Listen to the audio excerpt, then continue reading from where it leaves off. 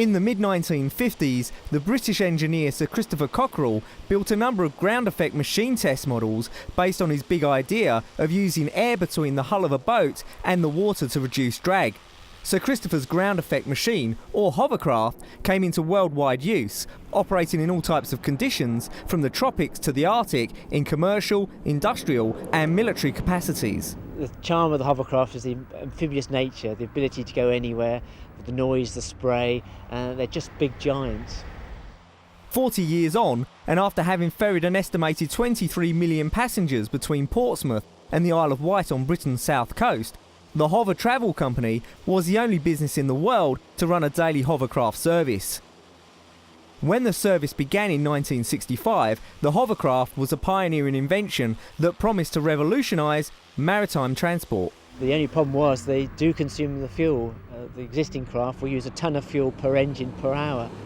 But the considerable expense of running and maintaining the craft and the arrival of other innovations like the catamaran made hovercraft travel a highly specialised business.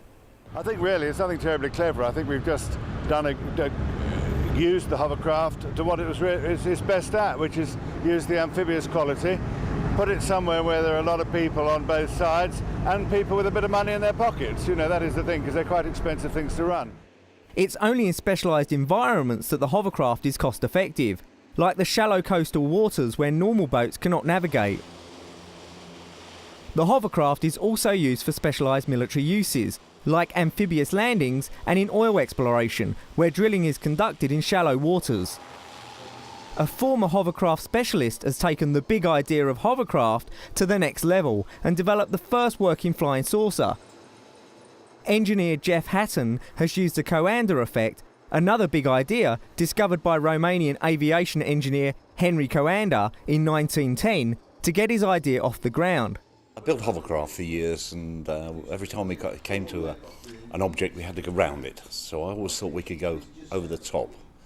And remembering the old schoolboy trick of blowing over a piece of paper, it lifted. I always thought that, well, maybe if I can generate enough air in the middle, blow it over a surface, it would lift as well. And it does. The project took years to turn into reality, with a steady growing team of engineers, aeronautical experts, designers and ordinary model builders with a flair for turning ideas and theories into practice. But it wasn't easy, and there were numerous problems to begin with. The major one was to get sufficient airflow, matching fans and motors, in order to create lift. This was the creation of lift and the shapes of what we're using that made the whole thing happen. From then on, it was the stability in terms of stopping it rotating, because it's single fan, single engine, so there's an awful lot of torque in there that you have to sort out. Then your directional control. And we're improving every month. There have been several versions of Jeff's flying saucer, and each one has brought new developments and improvements in stability, control and lifting power. The many and varied uses to which the builders think the unmanned air vehicles, or UAV, can be put include inspecting power lines, aerial photography, search and rescue, film production and mine rescue. The list is potentially endless.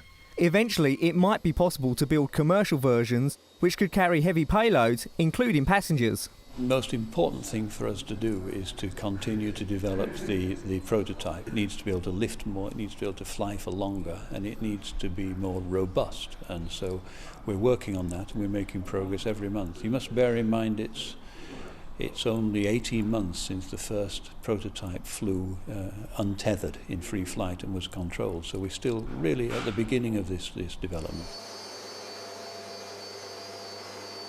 It remains to be seen whether the inventions of Sir Christopher Cockerell and Jeff Hatton survive, as the use of energy becomes the driving force of transport design. But one thing is for certain, these inventions truly are wonderful examples of the big idea.